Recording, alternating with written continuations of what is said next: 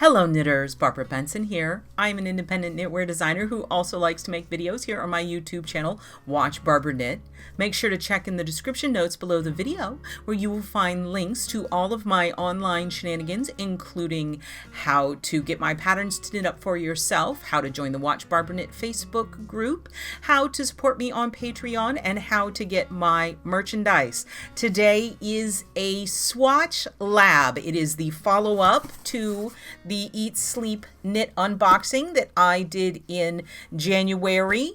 I asked y'all to check out all of the yarns that I unboxed and vote on which one you wanted me to put through its paces and let y'all know how the yarn performed. Obviously, you can see in here that the worsted is still in its skein. The Cardo from Manos is still in its skein, and the Farmer's Daughter, Gorgeous, is still in its skein, which means the Moonshine is what got selected. Now, I have done the drawing, and the giveaway for this box is closed, and I want to say congratulations to Bonnie. Once I have finished this video, I will be sending this out to you. You will get the skein of yarn, and I will put the swatch in there just in case you're playing Yarn Chicken and you need to frog it. But here it is. Here is the swatch. It is, I got the label. I'm sticking that in there because I don't want to forget anything and stick this down. So here we go. Here is the swatch for this week. What I do is I do a little bit of lace, and then I do some stockinette and some texture and some cables and then some mesh style lace to see how this particular yarn performs and let y'all know what I think would be good and what the strengths of this yarn is. So now it's time for the close-up. Juniper Moon Farm Moonshine. Luxury blend of Peruvian Highland wool, extra fine baby alpaca, and organic silk. So, 40% alpaca, 40% wool, 20% silk. 100 grams equals 197 yards, 180 meters. If we look at this little symbol here tells us hand wash only. You do not want to do you don't want to throw this in the washing machine. You don't want to wring it. You don't want to tumble dry. So this says it's a medium. This is a worsted weight yarn. And we have the suggested knitting range needles. You can see the gauge here that says US 7 to 9. And the suggested crochet range hooks, we're looking at a I to K. Okay. Do we have any other useful piece of information here? Nope, that's pretty, except for it's cute. That is pretty much the tag. Here is the ball that I knit from. As we said, this is a worsted weight yarn, and it is a single. Now, what single means is that this is essentially as spun. They take a fluffy fiber and they spin it, and this is a single. When you have a plied yarn, they take multiple singles and then spin them together, and that makes a plied yarn. This is essentially a single ply of yarn. Now, what that means is it's not going to be as strong as a plied yarn. If you watch, here, let me scooch him over here. If I do this and roll it against its twist, you can see it just kind of flares out and almost goes back to being fiber. I could easily pull this apart, and you see how that is?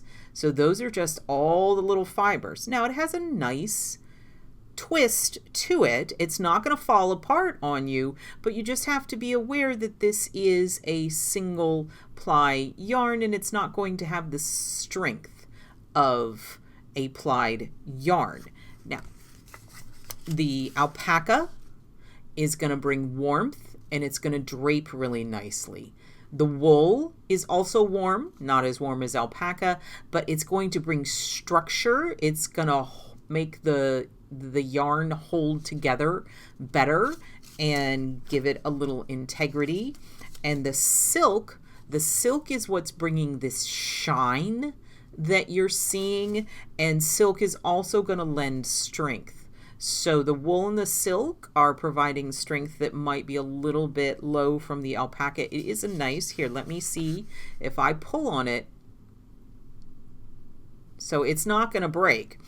But if you watch when I did that, that is how I test to see if something's going to really bloom a lot. And when I pull it, it gets a little bit thinner, but not a whole lot thinner. So I didn't anticipate a lot. This isn't going to puff up a lot in blocking. You can also really see, so the alpaca gives it a halo that is really, really nice. And did they tell me the color on this one? It's color 13. Not particularly creatively named. I bet it has a fun name elsewhere. Now, as you saw, it suggested 7 to 9. I went on Ravelry and checked the yarn page. There are 5,582 projects, and what I do is I look and see of that, the most projects were done in a size 7. So that is what I used. I used a size 7 needle to knit my swatchy swatch. So let's bring our swatchy swatch into camera. Look. Now I'm not going to be able to get the whole swatch in because it is worsted. It came out fairly large. You can see that it maintained its gorgeous shine. And what I said about drape, you can see it is very, very drapey. It's got a beautiful, beautiful hand, just absolutely stunning. Pointer duck has come to play today. This portion, scooch it over here. This portion is me seeing what it does with lace and how the fabric looks on a bias. So this is just some simple yarn over, double decrease, yarn over, knit one, yarn over, double decrease, yarn over, knit one, yarn over. And these are central double decreases down the center. So our increases are spaced out from our decreases, which is what gives us this biased fabric. I'm gonna be honest, when I was knitting it, it seemed a lot more clumsy than it blocked out to be. So I think this is actually really lovely. But were I to want to do an actual lace pattern, like a shawl or something in this yarn, I would probably go up to an 8 or a 9 needle size wise, because I think it could benefit for being a little more open. Because it's worsted weight, the proportion of the solid fabric to the holes, I want bigger holes. And you can see here, and you can see here, and you can see up here in the stockinette. One of the idiosyncrasies, there's a little piece of lint there, one of the idiosyncrasies of working with a single plied yarn in that it isn't technically balanced. And see how we have one here. So we have the one edge, I'm going to use my finger, the one edge of the knit stitch, the one leg, forms this nice straight line, and the other one kind of leans, and you can really see it up here in the stockinette. Here, let me straighten it up. The whole thing is kind of leaning, and I'm going to use the pointy point end. Okay, so you can see here, see how this is how you would expect the V's of a knit stitch to go up, but then this one, you see how it angles out a lot more. So you have a very vertical here, and this one goes off to the left. So instead of having your perfect little V's, you have these straight columns and then angled columns. And some people, they're like, oh my goodness, did I do something wrong? And the answer is no, this is just what a single ply yarn does. This is what stockinette looks like in a single ply yarn, and that's because the fibers themselves are only twisting in one direction, and it makes it lean. It makes it inherently have a little bias to it. When you ply yarn, you have your single plies that are all spun in one direction, and then when they ply them together, they ply them in the opposite direction, so it balances everything out.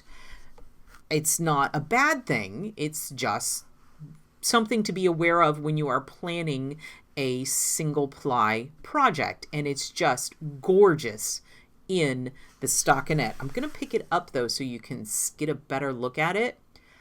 I honestly, if I might just personally with my gauge consider going down a needle size if I was going to do a project that was predominantly stockinette, because there is some openness here that might not necessarily be desirable, but it's beautiful. Look how gorgeous that is.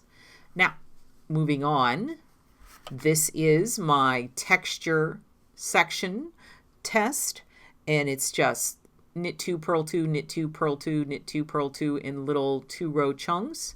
You can see that the silk in here really bounces the light in multiple different directions, and I think it's beautiful in this texture. And the darkness of this yarn is what's making it a little less visible, but it definitely, and it looks really nice on both sides. It definitely likes this texture. Moving on, definitely at my gauge, if I were going to do a cable project with this yarn, I would go down a needle size. Look, you can see in the reverse stockinette, see how open? Now, I also think I might have over-aggressively blocked this. I would definitely, if I was doing a cable project, block it less aggressively and maybe go down a needle size to get a little more density here. That said, I do enjoy the cables, as is typical. I like the 2/2s better than the 1/1s, but for some reason I really like this 1/1, and this was really interesting for me because of the way that what we talked about one leg kind of goes off in the angle and the other one goes straight up. There's really a significant difference. I'm going to put it back down in the visual appearance of this is a right leaning cable, this is cable right, and this is cable left. And with the cable right, it seems like it's a little more oval, and the cable left has more of the nice curvy.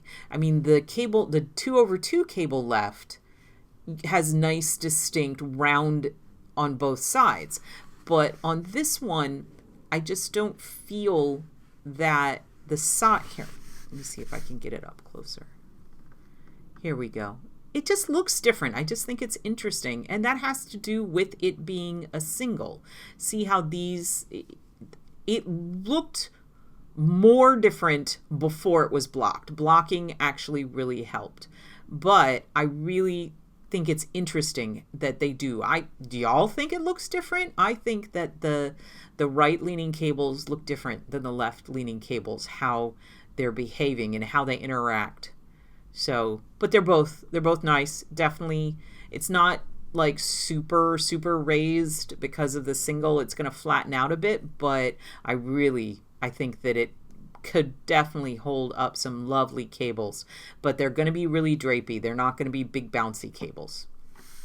And then at the top, we have our lace on both sides. So what this is knit 2 together, yarn over, knit 2 together, yarn over, knit 2 together, yarn over, knit 2 together, yarn over, blah, blah, blah, blah, blah. And then on the wrong side, it's knit 2 together, yarn over, knit 2 together, yarn over, knit 2 together, yarn over. Just knit 2 together, yarn over, back and forth and back and forth. And that shows you what a true lace on both sides mesh is going to look like. And again, it looks fine. it looks good. It definitely, because it's worsted weight, again, I would probably go up a needle size. I want more hole, the proportion, I want more hole to make it pop a little bit more. And you can see that the halo from the alpaca is closing it up a little bit. So more openness with a larger needle would probably make this perform a little bit better, but it doesn't look bad. I think it's lovely, and it would be a nice detail on a shawl or a sweater or anything you might want to make now. But look, see this? Like if you were making a cowl, it's going to be a cowl that floops. It's not going to stand up nice and straight. Like if you made a cowl, it's not going to stand up nice and straight around your neck. It's gonna flop.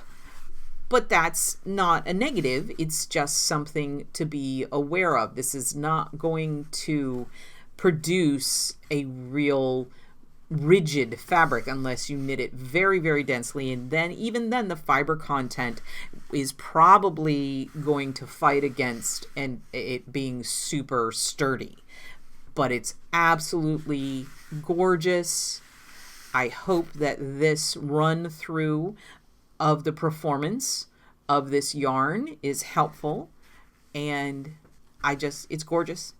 It is absolutely lovely. I just love this cable, and really I'm impressed that this did better than I expected it to. Again, the alpaca's filling in a little, but it is really nice and pretty. Let's look at the back side just for giggles. This is the reverse stockinette. These are the purl columns. And just so everybody sees, you know, when you do those purl columns, when you do that here, it doesn't look perfect, and you can see how it's a little ragged there. But I think this looks great. Both sides. This is obviously reversible. There's the reverse stockinette. So that is our swatchy swatch for Juniper Moon Farm Moonshine. I hope that was informative for you and gives you some ideas of what you could do with this yarn and how it's going to perform. I really hope one of the things that I tried to point out is that the structure of a single ply is really going to affect some of its visual appearance, but there's nothing wrong with single plies, and I don't want any of y'all to think that I'm dissing single plies. They just have different characteristics that you need to understand and plan for. They are gorgeous and fun and beautiful to work with. If you need to know any more about Juniper Moon Farm, this yarn, or any of the yarns in the Eat Sleep Knit box, make sure to check in the description notes. I will have a link to Eat Sleep Knit. I will have a link to the original unboxing video, and I'll have a link to Juniper Moon Farm so you can check out their dealio. I hope you enjoyed this video and this swatch lab. Please let me know what you think. If you have any more questions about this yarn, let me know. If you like this video, please give it a thumbs up, click that like button. And if you would like to be notified whenever I upload a new video, please subscribe to my channel and select notifications. Thank you so much.